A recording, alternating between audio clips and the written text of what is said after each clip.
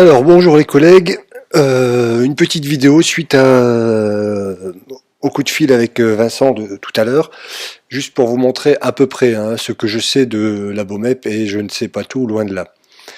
Donc une fois que vous vous êtes connecté, et que vous avez indiqué que vous faites partie du lycée EPID, même si vous êtes à Vauban, puisque c'est là-bas que j'ai créé les secondes, vous avez deux menus, enfin deux volets, en tout cas un volet à gauche avec classe, exercice interactif, animation interactive, test diagnostic, exercice non interactif, ressources partagées, etc., etc.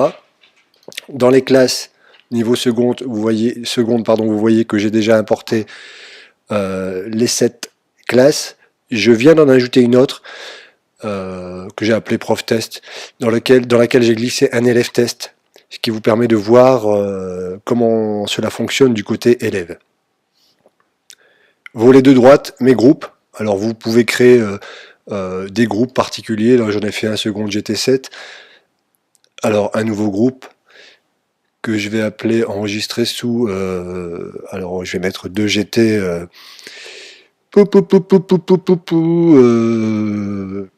Je sais pas, ça dépend de ce qu'on veut. Elle est très en difficulté, même si c'est pas super. Si c'est pas parlant, si c'est pas pertinent, peu importe. Voilà. Tout cela pour dire qu'en dehors des classes, on peut faire des groupes bien particuliers, des groupes de besoins par exemple.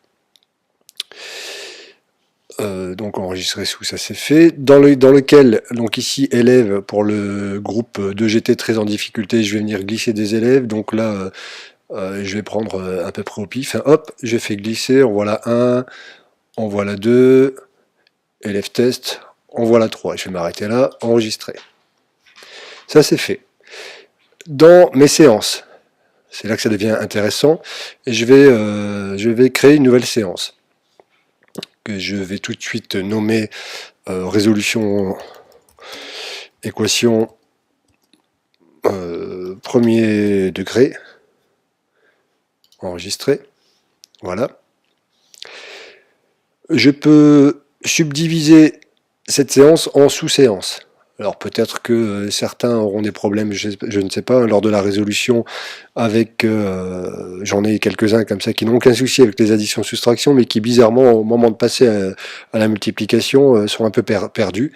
Donc voilà, on peut créer des sous-séances. Les élèves, donc tout de suite je vais y mettre mon élève test ici, là. Voilà, je ne vais mettre que celui-là d'ailleurs. Au niveau des ressources, je vais les choisir par exemple dans les exercices interactifs. Donc je vais par exemple aller au niveau 3e. Oui, il m'arrive de glisser des exercices 4e pour des 3e, ou là éventuellement des exercices 3e pour les secondes, ou même encore antérieurs pour aller combler des lacunes. Je vais aller dans numérique, équation, ici calcul littéral, blablabla, factoriser, équation produit. Où est-ce qu'ils ont été me mettre ça? Pour aller plus loin peut-être, équation de degré de non, on s'en fout, exercice de synthèse, équation produit nul. Allez, peu importe ici que ça colle ou ça colle pas, hein, je vais prendre ça comme exemple. Développer, factoriser, j'en suis où moi? Ici, résolution niveau 1, application à trou, allez, application à trou, tac, résolution niveau 1, tac, après à l'intérieur je peux changer l'ordre.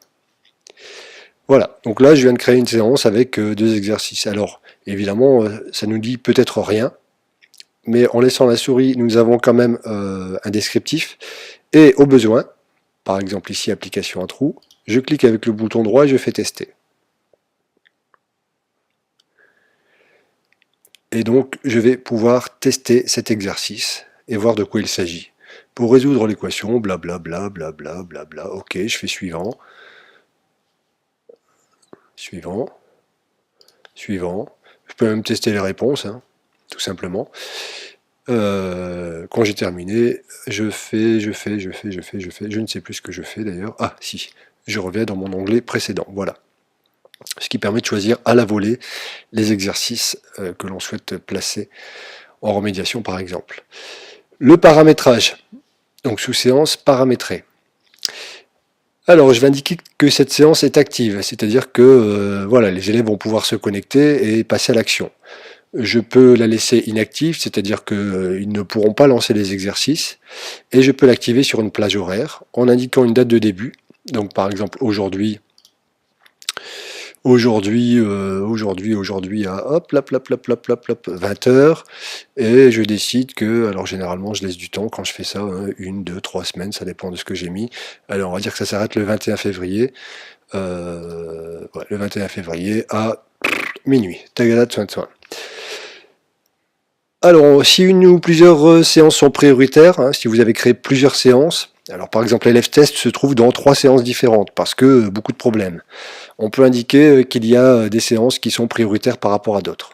Voilà, donc ici je laisse normal. Le message adressé aux élèves, donc ce sont en règle générale les consignes dans lesquelles on va tâcher de leur rappeler qu'il est préférable d'utiliser ou Chrome ou Firefox, voire Safari à condition que Java soit activé, enfin en tout cas JavaScript et Flash. Donc autant utiliser Chrome, hein, qui ne pose pas souci puisqu'il inclut un module Flash par défaut. Le descriptif de la séance pour eux, donc les objectifs par exemple, hein, objectifs, blablabla, hop. Ensuite, la séance, soit elle est libre, c'est-à-dire que nos élèves peuvent passer de l'exercice 1 à l'exercice 5, puis revenir à l'exercice 2 et ainsi de suite, soit ordonnée, donc là forcément dans l'ordre, hein, exercice 1, puis exercice 2, puis exercice 3, soit ordonnée avec un minimum de réussite, c'est-à-dire qu'ils ne peuvent passer à l'exercice 2 que s'ils obtiennent un minimum de points à l'exercice 1. Et ce minimum de points est indiqué, alors il est ici, hein, par défaut c'est 70% de réussite, et c'est paramétrable par un clic droit sur chaque exercice. Donc on va y revenir ensuite. Ici je vais mettre ordonné tout simplement. Pour éviter que les élèves ne zappent, il existe un délai de 10 secondes pendant lequel la bommette ne les autorisera pas à changer d'exercice. Effectivement, ils ont tendance à lancer un exercice, regarder, dire « Oh, finalement, je vais aller regarder la télé, je ferai ça plus tard ». Le problème, c'est que si ils ont un certain nombre d'essais pour réussir, et pas plus, ce sera comptabilisé comme un essai. Donc, première chose. Deuxième chose, pour éviter qu'ils zappent d'un exercice à l'autre, hein, si c'est libre, imposer un délai de non-zapping supérieur à 10 secondes. Et dans ce moment-là, on peut dire Coco, tu ne zapperas pas avant, hop là, voilà, 3 minutes. Et imposer un maximum de visionnage général, c'est-à-dire combien de fois ils peuvent recommencer l'exercice, grosso modo. Je valide. Et évidemment, je peux faire ça pour... Là, j'ai réglé la séance. Hein. Donc, tous les exercices qui contiennent cette séance sont paramétrés sur ce modèle-là. Mais je peux aussi paramétrer plus finement et aller voir pour chaque exercice. Notamment ici, voilà, le pourcentage de bonnes réponses minimales à atteindre pour pouvoir passer à l'exercice suivant. On va mettre 80% pour un exercice à trou de base. Hein. Je peux, pour cet exercice-là, changer le délai de non-zapping et imposer un maximum de visionnage pour cette ressource, sachant que j'ai déjà imposé un maximum de visionnage pour l'ensemble des ressources. Donc ici, c'est pas la peine que je me répète. Pardon. Eh bien, et c'est à peu près tout. Je fais enregistrer. Et voilà, ma séance est prête. Alors ici, au fur et à mesure, hein, j'ai un certain nombre de séances que j'ai créées. Donc je peux ou les éditer, donc là c'est pas le cas puisque je suis déjà dessus, tester la séance sélectionnée, voir le bilan, donc ce sont les scores, renommer, supprimer.